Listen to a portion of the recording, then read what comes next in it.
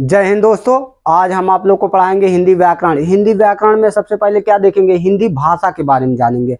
हिंदी भाषा के बारे में जानेंगे। दोस्तों, कल हम लोग के लिए बहुत दुख का दिन था, क्योंकि इंडिया 12 साल बाद पहुंची थी वो फाइनल में, वर्ल्ड कप में। तब भी हम लोग हार गए। वहां पहुंचकर 10 टीमों को हराने के बाद भी वहां जाके जीत के फिर हार गए हम लोग। अब यार, दुख का तो बात थी। हम लोग दोबारा दीपावली मनाने का हम लोग को अवसर मिला होता, कहीं वर्ल्ड कप में इंडिया जीती होती तो हम लोग दोबारा दीपावली मनाए होते। मगर चलिए, कोई बात नहीं। खेल में हार और जीत होते रहता है। हार हो या जीत, मुकाबला टक्कर का होना चाहिए। पहले दोस्तों, अब इसमें देखेंगे हिंदी भाषा। हिंदी भाषा के बारे में देखेंगे। और पहले देखते हैं दोस्तों, हिंदी व्याकरण किस किस परीक्षा में आता है। एसएससी जीडी में आएगा, जो आने वाली वैकेंसी 24 तारीख को यूपी पुलिस और यूपीएसआई में।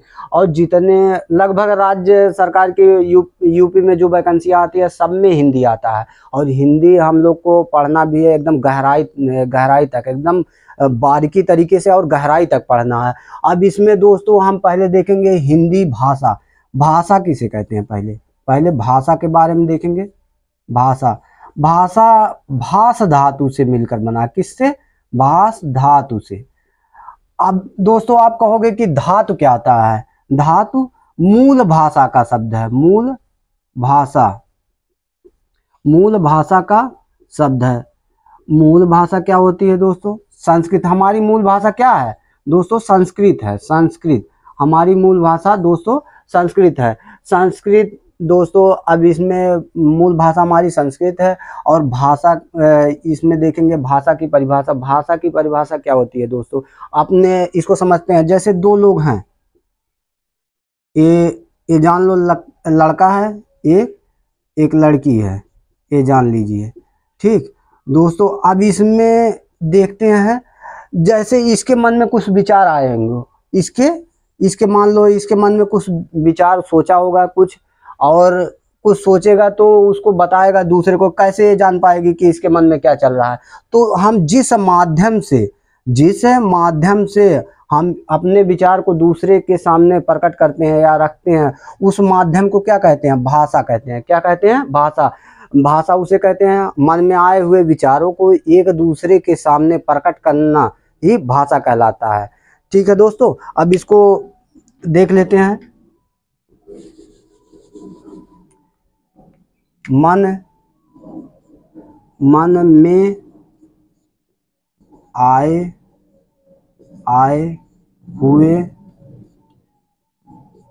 विचारों को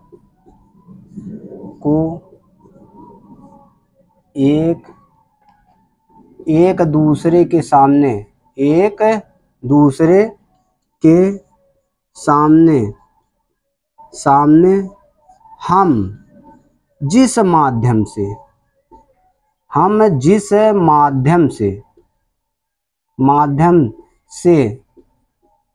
प्रकट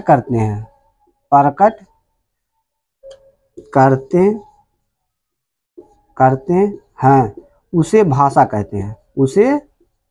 कहते हैं। भाषा कहते हैं। ठीक दोस्तों, हम मन में आए हुए विचारों को एक दूसरे के सामने प्रकट करना, या हम जिस माध्यम से प्रकट करते हैं उसी को क्या कहते हैं? भाषा कहते हैं। भाषा कितने प्रकार की होती है? 3 प्रकार की। कितने प्रकार की? 3। पहले मौखिक भाषा। दूसरा क्या होता है? लिखित भाषा। तीसरा सांकेतिक भाषा।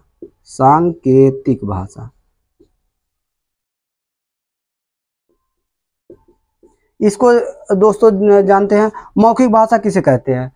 जो बोलकर और सुनकर ग्रहण किया जाए। बोलकर और सुनने, जिसमें बोला जाए और सुना जाए, उसे क्या कहेंगे? मौखिक भाषा। और लिखित भाषा जिसे किसे कहेंगे? जिसमें लिखा और पढ़ा जाए, लिखकर और पढ़कर जिसको ज्ञात किया जाए, उसको क्या कहेंगे? इसको बोलकर और सुनकर समझा जाता है। सुनकर। और इसको लिखकर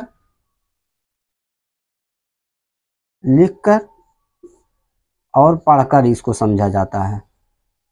और सांकेतिक भाषा में आप लोग जान ही रहे हो, संकेत करेगा। संकेत का मतलब होता है क्या? सांकेतिक भाषा जैसे इशारा करना, आंखों से नहीं, हम लोग कोई चीज रहता है इशारा कर देते हैं चलो यहाँ चलना है, तो ऐसे सांकेतिक भाषा उसे कहते हैं। और इसको लिखित भाषा किसे कहेंगे? लिखकर और पढ़कर जिसको हम लोग ज्ञात करते हैं उसे लिखित भाषा। मौखिक भाषा हमेशा बोलकर एक दूसरे के सामने प्रकट करते हैं अपने अंदर के विचारधारा को, उसे क्या कहेंगे? मौखिक भाषा। अब इसमें दोस्तों अब पहले हम देखेंगे हिंदी भाषा का इतिहास देखते हैं, हिंदी की उत्पत्ति कैसे कैसे हुई है।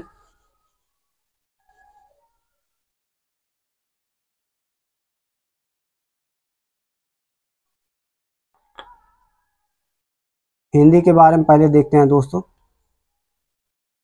यदि आपसे पूछ लिया क्वेश्चन पूछा कि हिंदी की आदि जननी किसे कहते हैं? हिंदी की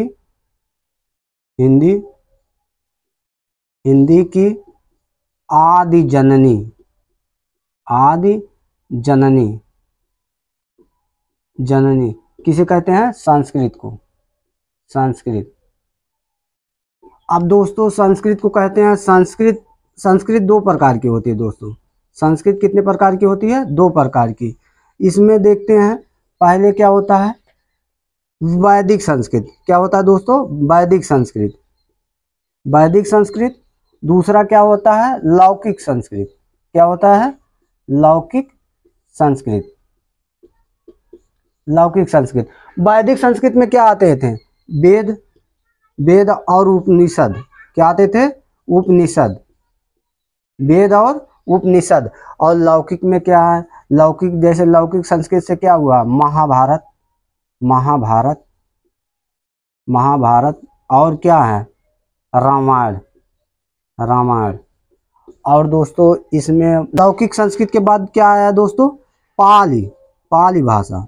क्या आया दोस्तों? पाली भाषा। पाली भाषा एक किसकी भाषा थी? बौद्ध धर्म वालों की। किसकी भाषा थी दोस्तों? बौद्ध धर्म वालों की।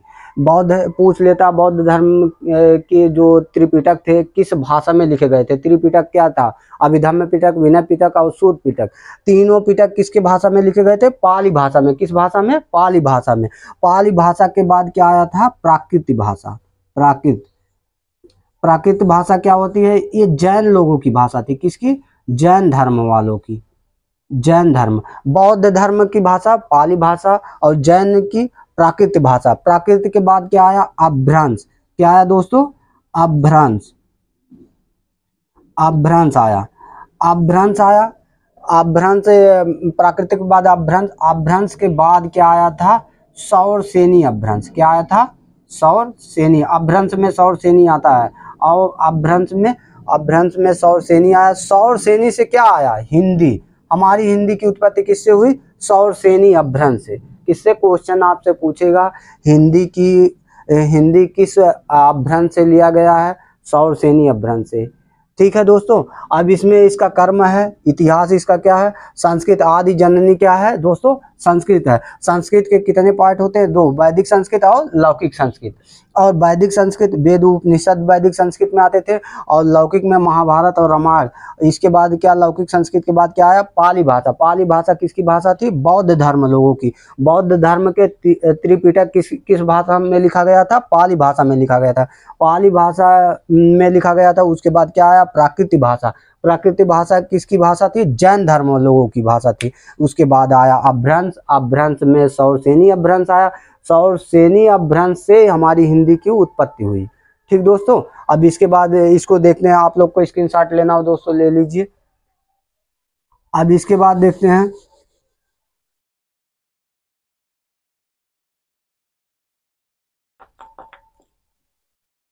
यदि आपसे पूछ लिया हिंदी का विकास, हिंदी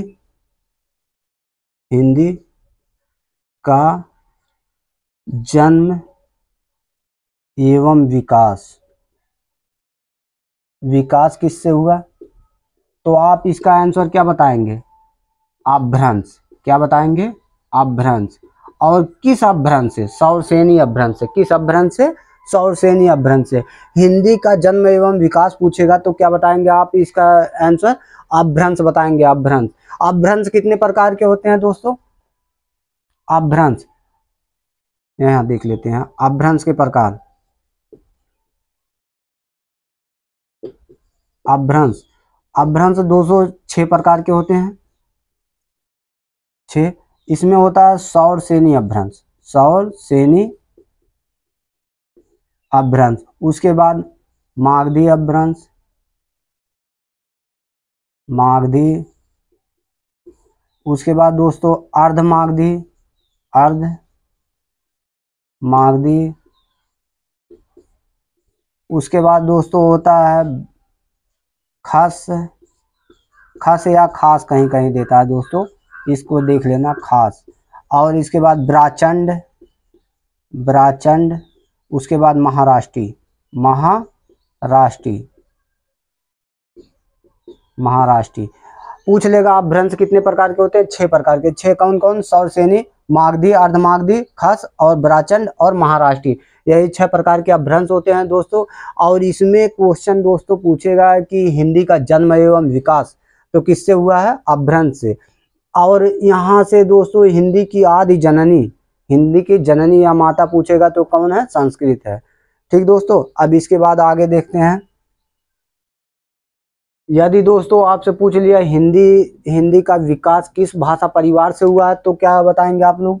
हिंदी, हिंदी का विकास, हिंदी का विकास किस भाषा परिवार से, किस भाषा परिवार, परिवार से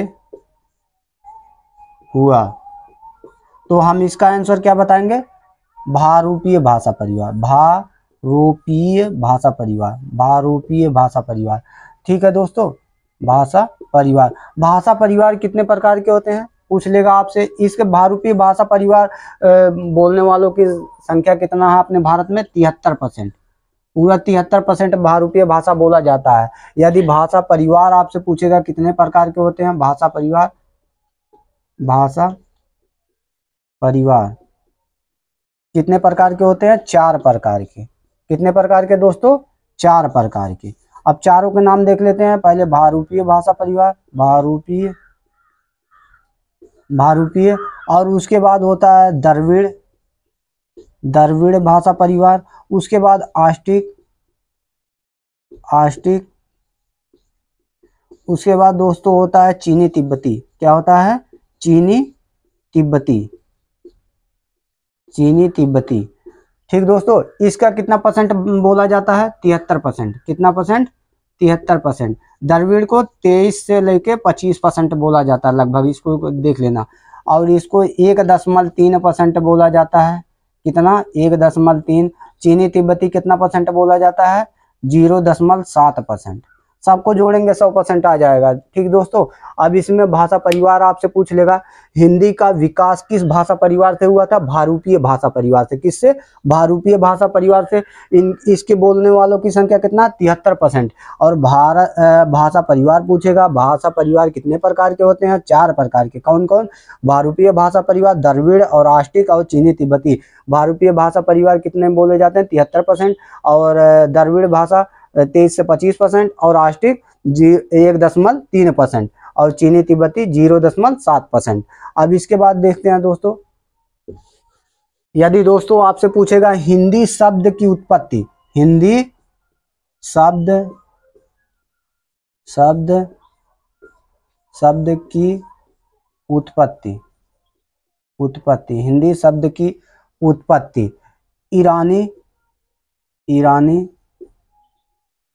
ईरानी और फ्रांसीसी, फ्रांसीसी, फ्रांसीसी की अविष्टा नामक ग्रंथ से, अविष्टा, अविष्टा नामक ग्रंथ, ग्रंथ से हुआ। हिंदी शब्द की उत्पत्ति पूछेगा कहाँ से हुआ, ईरानी और फ्रांसीसी के अविष्टा नामक ग्रंथ से हुआ है। ठीक है दोस्तों। अब इसके बाद हम देखेंगे भाषा एवं काल का विभाजन। अब इसको देखेंगे दोस्तों, भाषा और काल का विभाजन का श्रेय किसके ऊपर जाता है, जॉर्ज अब्राहम गिब्सन को। इसके विभाजन का श्रेय, इसके विभाजन का श्रेय George Abraham Gibson. George Abraham Gibson को जाता है इसके विभाजन का श्रेय। इन्होंने विभाजन 1889 में किया, 1889 में किया। इन्होंने भाषा को 8 उपभाषा और 18 बोलियों में विभाजित किया। और इन्होंने आदिकाल को क्या कहा था, जॉर्ज अब्राहम गिब्सन ने आदिकाल को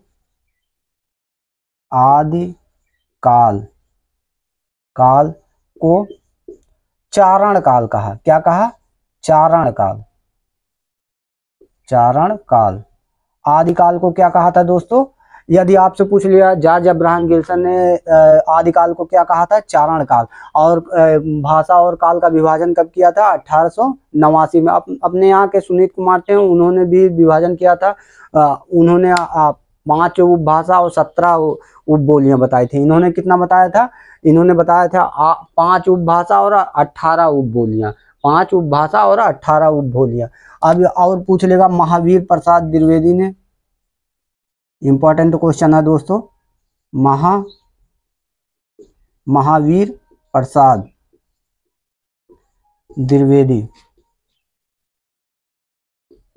द्विवेदी ने आदिकाल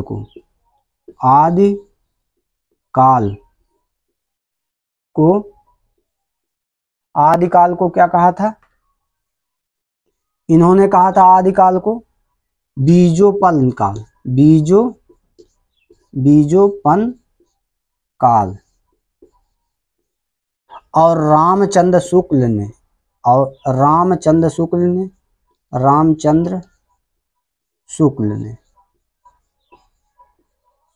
ने आदिकाल को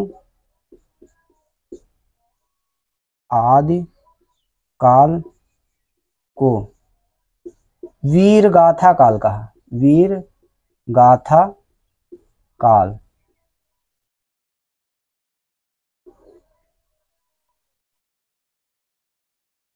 यदि आपसे दोस्तों पूछेगा जॉर्ज अब्राहम गिब्सन ने आदिकाल को क्या कहा, चारण काल। क्या कहा, चारण काल। और महावीर प्रसाद द्विवेदी ने आदिकाल को क्या कहा, बीजोपन काल। इंपॉर्टेंट है दोस्तों, बहुत ये जान लो, पेपर में बहुत बार पूछा गया है।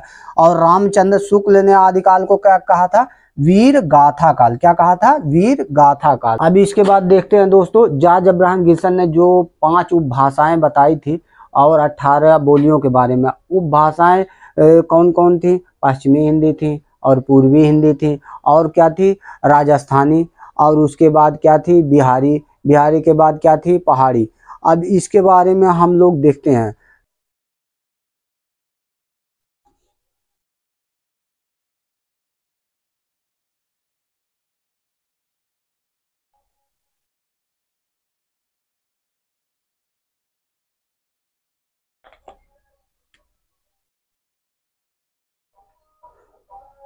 जॉर्ज अब्राहम गिब्सन ने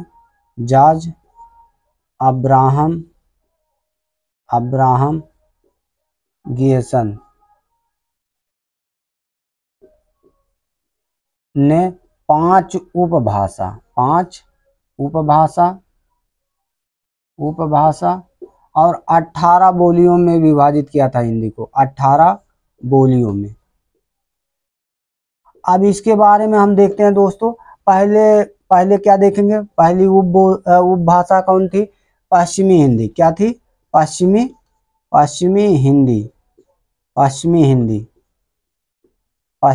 हिंदी। अब इसके बारे में देखते हैं पश्चिमी हिंदी में कौन कौन उपभाषाएं आती थी।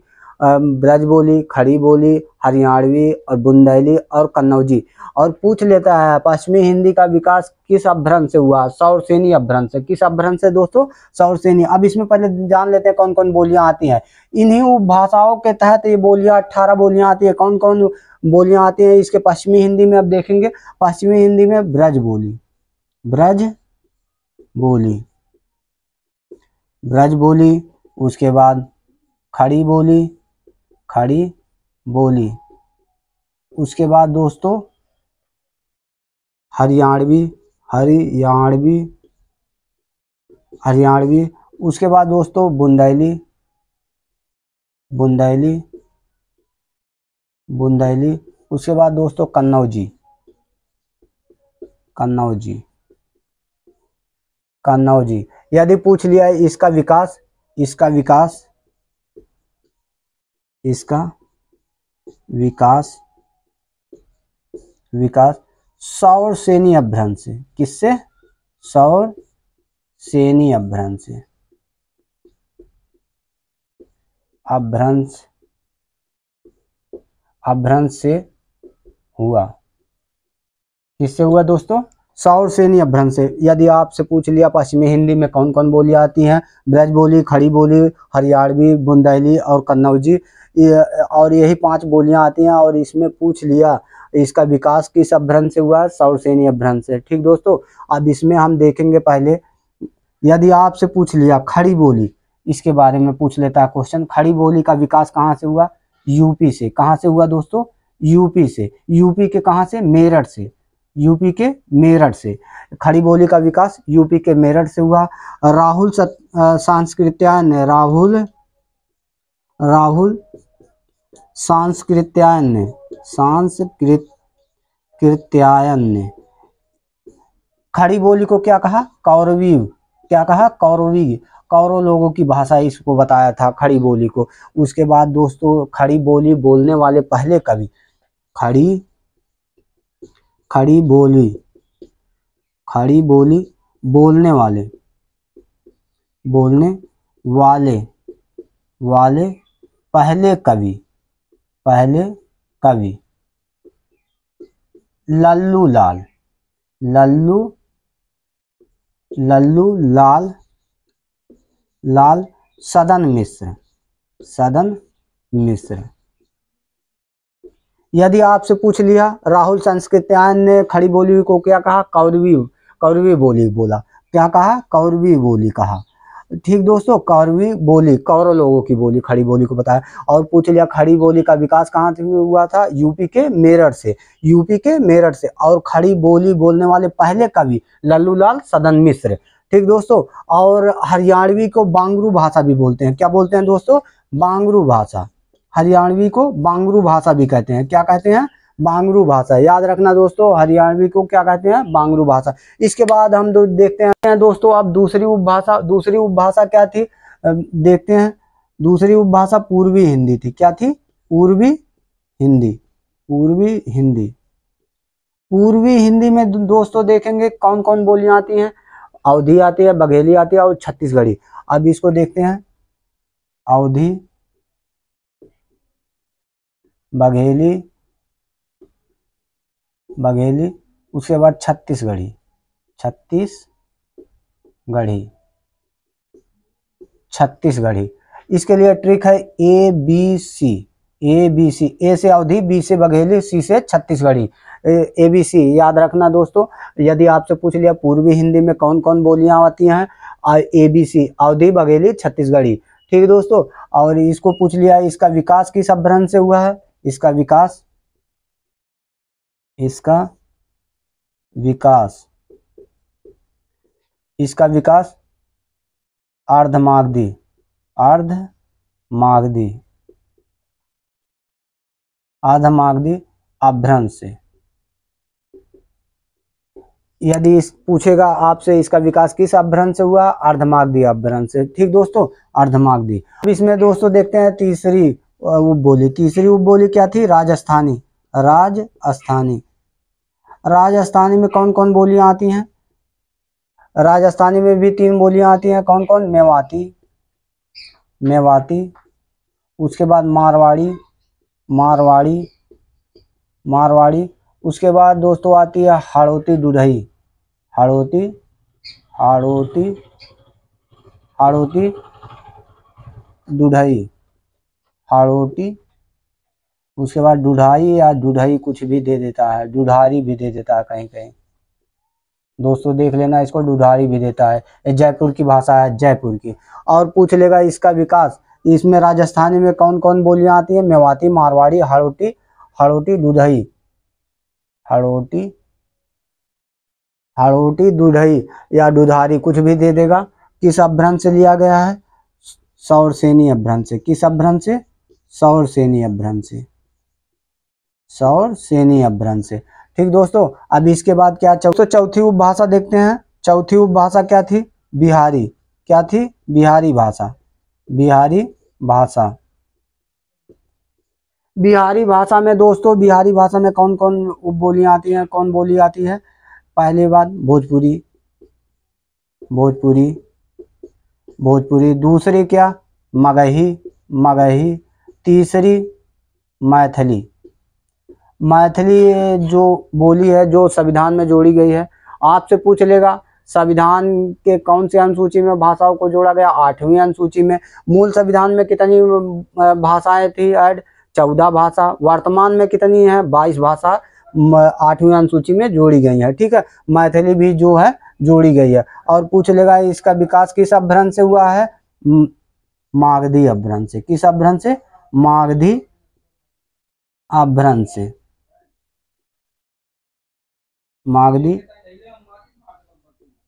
मागधी अपभ्रंश से हुआ है। पूछ लेगा बिहारी भाषा का विकास किस अपभ्रंश से हुआ? मागधी अपभ्रंश से। ठीक है, ठीक दोस्तों, इसके बाद 5वीं उपभाषा देखते हैं। 5वीं उपभाषा देखते हैं दोस्तों। 5वीं उपभाषा क्या है? पहाड़ी भाषा, पहाड़ी भाषा। क्या है दोस्तों? पहाड़ी भाषा। पहाड़ी भाषा में कौन कौन बोलियां आती है? गढ़वाली, गढ़वाली।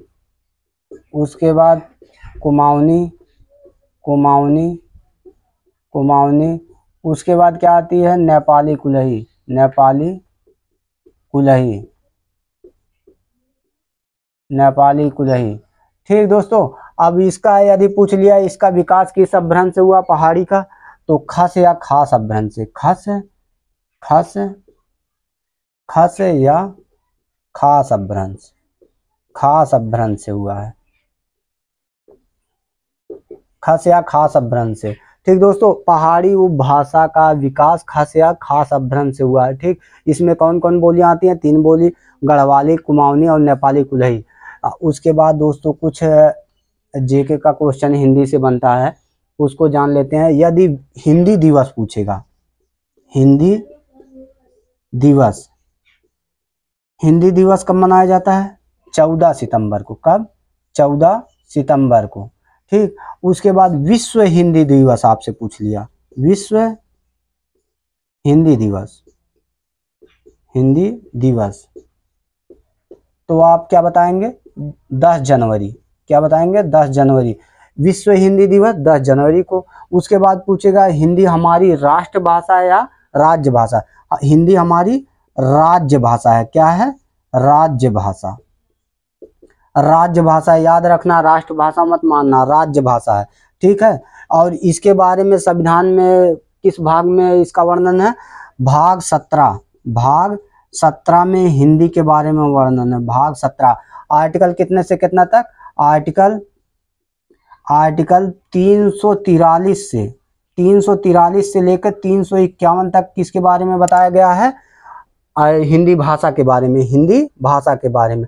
ठीक दोस्तों, यदि आपसे ये सब क्वेश्चन पूछेगा तो आप लोग इसको याद रखना। बहुत देर पूछा गया है। हिंदी दिवस कब मनाया जाता है? 14 सितंबर। विश्व हिंदी दिवस 10 जनवरी को। राज्य भाषा के रूप में हम हिंदी को अपनाए हैं, राज्य भाषा के रूप में। और इसका वर्णन किस भाग में है? 17 भाग में। और आर्टिकल कितने से कितना तक? 343 से 351 तक। ठीक दोस्तों, इसके बाद अगले क्लास में हम आप लोग को एकदम गहराई से वर्णमाला के बारे में बताएंगे। वर्णमाला, अभी ये हिंदी भाषा के बारे में बता रहे थे।